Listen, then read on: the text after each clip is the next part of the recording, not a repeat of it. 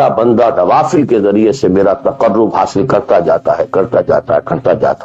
یہاں تک کہ میں اس کی آنکھیں بن جاتا ہوں جن سے وہ دیکھتا ہے، اس کے کان بن جاتا ہوں جن سے وہ سنتا ہے، اس کے ہاتھ بن جاتا ہوں جن سے وہ پکڑتا ہے، اس کے پاؤں بن جاتا ہوں جن سے وہ چلتا ہے۔ حدیث قدسی، اور سارے وہابی بھی مانتے ہیں اس کو، یہ نہ سمجھیے کہ یہ کسی صوفی کی بڑھ ہے، حدیث صحیح عند کل المحدثین۔ اللہ ہاتھ بن جاتا ہے، اللہ پاؤں بنتا ہے، اللہ آنکھ بنتا ہے، اللہ کان بنتا ہے۔ یہ بہت اونچی بات ہے، بہت اونچی بات ہے، بہت اونچی بات ہے، لیکن یہ تقرب بالنوافل کا درجہ کہاں آئے گا؟ جہاں آپ ایک اسلامی نظام کے تحت سانس لے رہے ہیں، جہاں وہ اسلامی نظام نہیں ہے، پورا فرض تن من دھن اس نظام کو بدلنے کے لیے لگا دینا۔ اگر یہ نہیں ہے تو نماز نہیں ہے، اوپر دے ماری جائے۔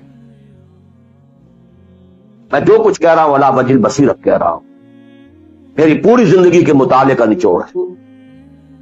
نماز منہ پر دے ماری جائے، منہ پر دے مارے جائے، یو ریکنسائل تو دیٹ سسٹم جو میری بغاوت کے اوپر مبنی تھا۔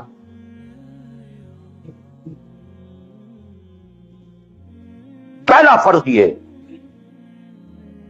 تن من دھن، you cannot reconcile with that system. You cannot accept that system.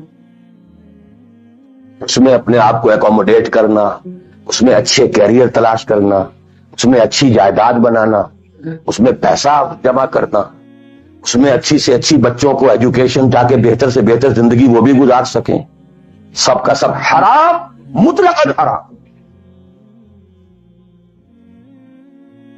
پہلا کام یہ ہے اپنی جان، اپنا مال، اپنا تن سب اللہ کے دین کے لیے خرچ کرو۔ سب سسٹمز لیول کے اوپر صرف جان کو باقی رکھنے کے لیے جو ناگزیر ہے، that is allowed, nothing more. This is the point. This is the point. اب ہمارے سامنے حدیثیں ہوتی ہیں اور وہ سارے فضائل کی کتابیں ہیں اور یہ ہیں جن کا تعلق اس ماحول سے تھا جبکہ دین قائم ہو چکا، اس کی میں باتیں ہو رہی ہیں، نفل کی بات ہو رہی ہے تو، اور قیام اللیل کی بات ہو رہی ہے، اور جو ہے ختم قرآن کی بات ہو رہی ہے، اور اگر فجر کے بعد بیٹھے رہے مصلے پر اور 2 رکعت پڑھ کر اٹھے جبکہ سورج نکل چکا ہے تو اب یہ اتنا اونچا سوال، یہ ساری باتیں، all these things become absolutely irrelevant.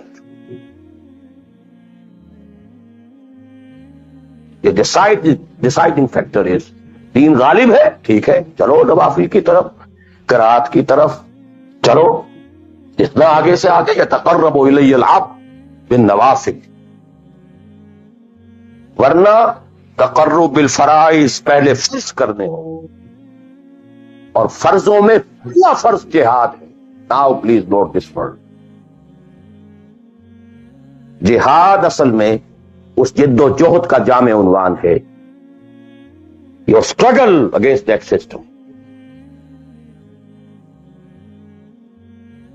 لہذا انما المؤمنون الذين آمنوا بالله ورسوله ثم لم يرتابوا وجاهدوا باموالهم وانفسهم. Integral part of the definition of a مومن۔ اگر زندگی اس سے خالی ہے، اتنی ہے جتنی ہو جائے نفل کے درجے میں، اصل وقت اصل دھارا بہ رہا ہے دنیا کی طرف، دنیا کے حصول کے لیے، جتنا پھیل سکیں، جتنا پھل سکیں، جتنا پھول سکیں، جتنی جڑیں گہری جما سکیں، جتنا کچھ اولاد کے لیے چھوڑ کر مر سکیں، جتنا اولاد کو زیادہ سے زیادہ دنیا کی سہولتیں دینے حاصل کرنے کے قابل بنا کر جا سکیں، ساری تو توانائیاں اور ساری قوتیں اور ساری صلاحیتیں اور سارے اوقات تو کپے ہوئے اس میں۔